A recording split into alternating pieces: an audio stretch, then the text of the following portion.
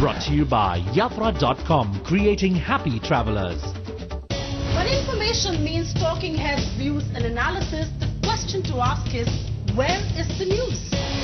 Presenting to you a show that breaks the format to get you the 10 most essential stories. From the most impactful political headline to the hottest business deal, from sports to entertainment, news that you need to know.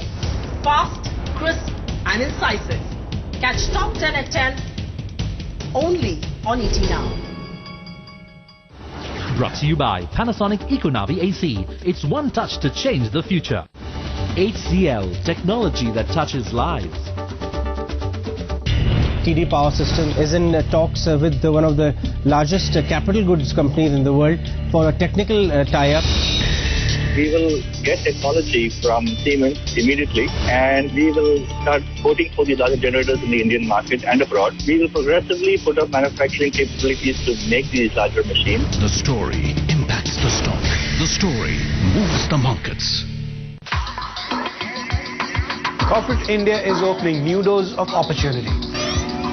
Business dynamics are constantly evolving. Business First is your window to trends that evolve in India Inc. With the biggest business stories from the sharpest reporting team. Inside access to corporate dealings on priority for your business. With Business First. Every weeknight at 8, only on ET Now. Brought to you by Toyota Quality Revolution. ACC Cement, Sada Atut Raho. No PR, only hard news. News that moves the market. Everything that matters to the new economic thinking. The only show that puts corporates and policymakers on the spot. Tough questions looking for straight answers. Everybody's thousands of people on the ground. Big faces with big stories as they break. Business Tonight at 9, weeknights. Only on ET Now. Brought to you by Aditya Birla Group, taking India to the world. Flipkart.com, the online mega store. Tourism Australia.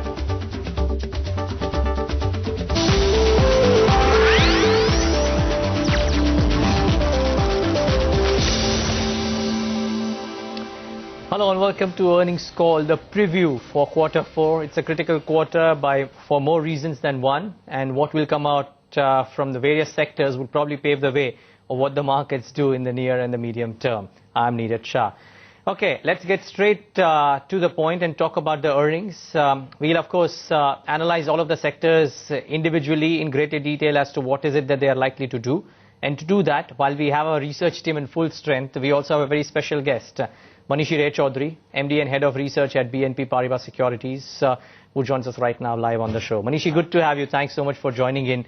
Manishi, we'll talk about individual sectors in greater detail, but the belief ahead of the earnings is that the quarter may not be as great. In fact, there is a lot of pessimism.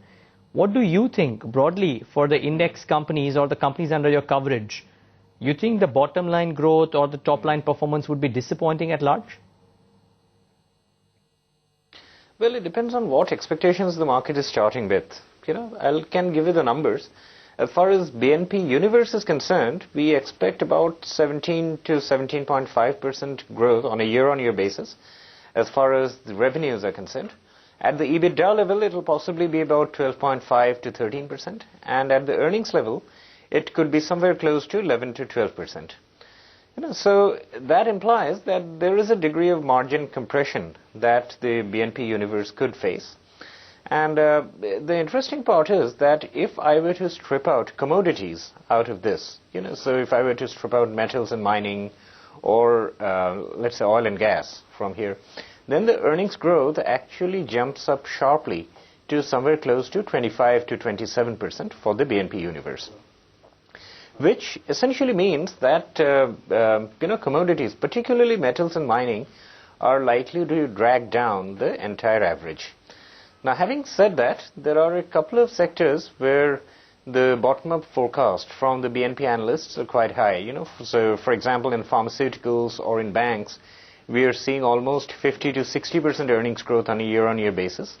But that's really due to a combination of low base and stock-specific one-time reasons for certain large stocks in this sector. And so, all in all, I think this is not likely to be a bad quarter if our expectations come correct. It will possibly be similar to the previous quarter, that's the third quarter. And one interesting fact I would like to mention here, if you look at the consensus EPS estimates as far as Sensex is concerned, and this, I kind of stress on the point that this is consensus EPS estimate, this is not BNP. These consensus EPS numbers have actually increased slightly over last quarter by about 1 to 1.5%.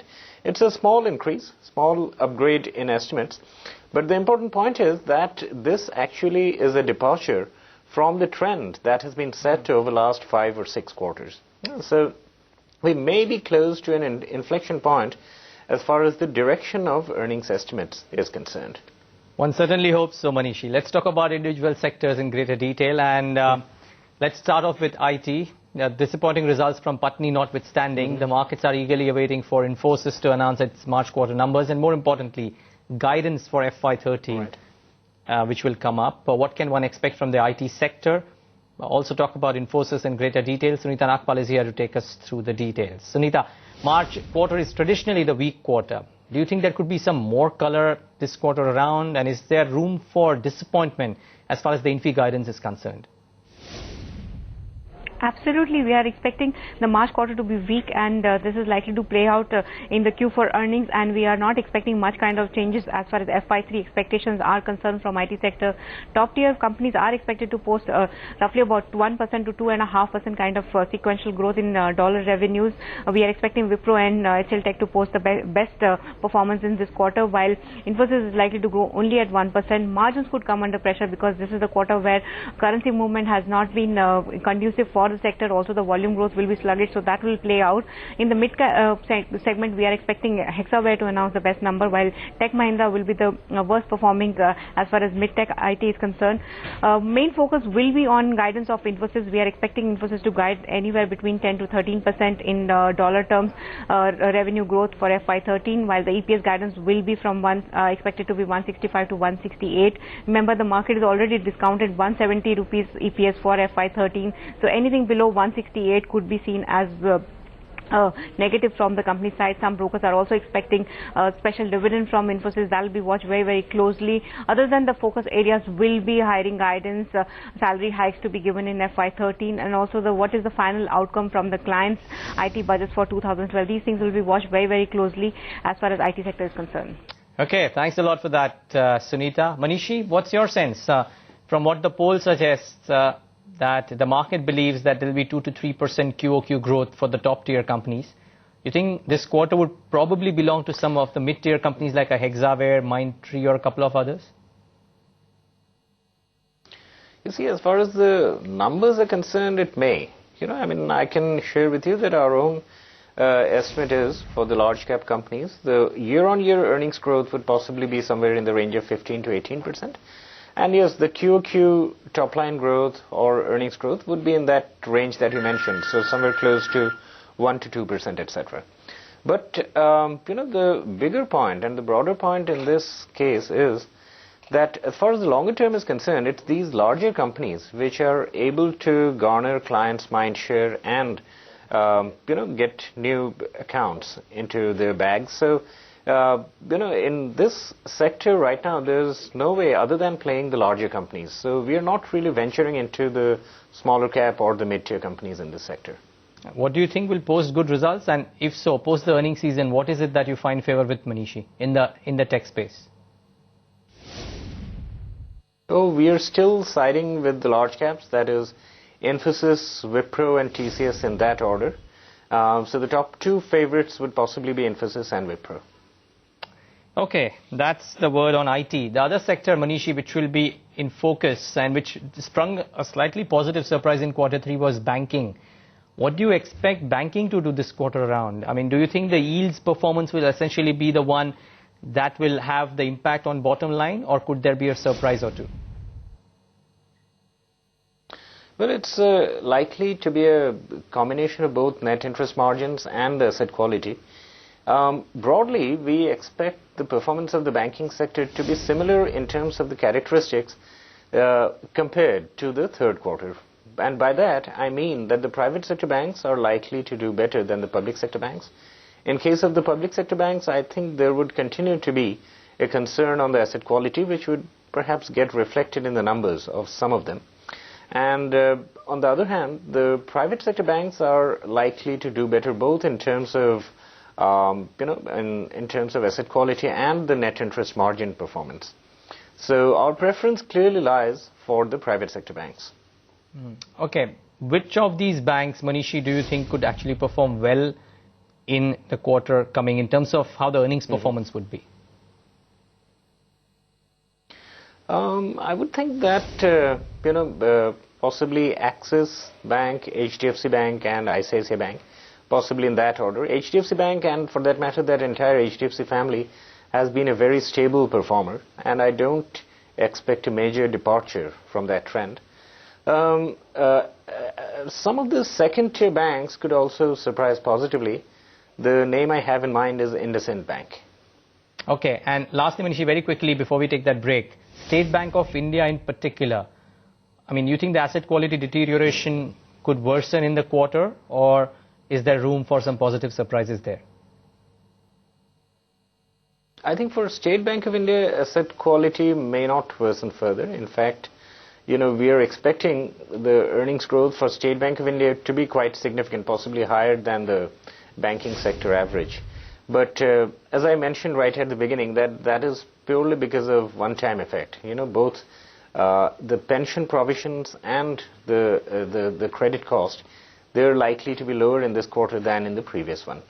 So I think State Bank of India could be a bit of an exception compared to that public sector banking pack. Okay, lots more to discuss. That's the FMCG pack, some of the commodity names which will be in focus. We will talk about all of those on the other side of this very quick break.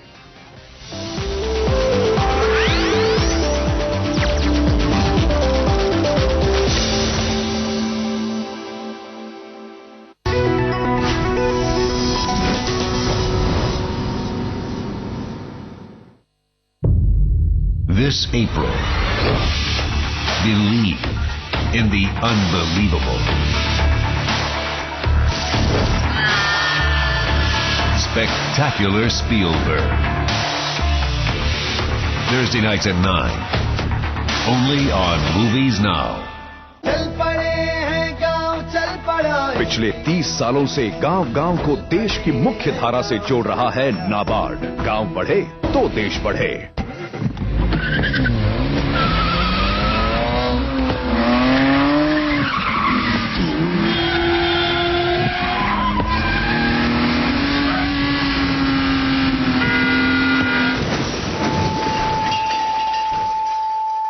An initiative by Maruti Suzuki. सोने का rate तो बढ़ता ही जा रहा है और इसकी शादी तक क्या पता कहां पहुंचेगा। टेंशन मत लो, पीसी ज्वेलर की ज्वेल्स फॉर लेस स्कीम है ना, जिसमें 12 किस्तें देंगे हम और 2 किस्तें देंगे पीसीजे। है ना फायदे का सौदा? Jeweller for generations, PC jeweller.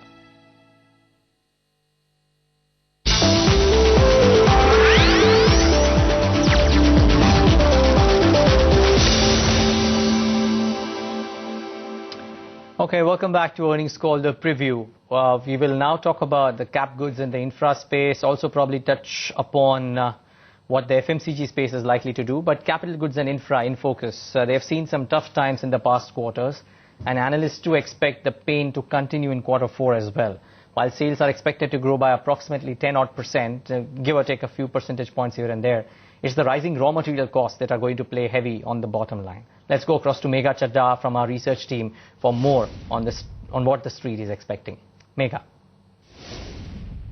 Well, the continued bleakness in the macroeconomic picture is expected to play out in the quarter 4 numbers as well for the infra as well as the capital goods companies. Do remember, we've already seen a significant slowdown as far as order inflows are concerned. In addition to that, a lot of these capital goods majors as well as road players are grappling with the situation of high debt. That, coupled with the fact that working capital has also been stretched quite a bit, is leading to extremely high interest costs. In addition to that, they've also had some very high input costs that they've been experiencing. The commodity prices have been at a high. So all in all, we're expecting that the top line as far as the execution is concerned is going to be slowing down, and the top line growth is expected to be rather muted. And in addition to that, the high input costs, the high interest costs, in fact, are going to bear rather heavy as far as the bottom line growth is also concerned. In fact, amongst the individual movers, do remember in the last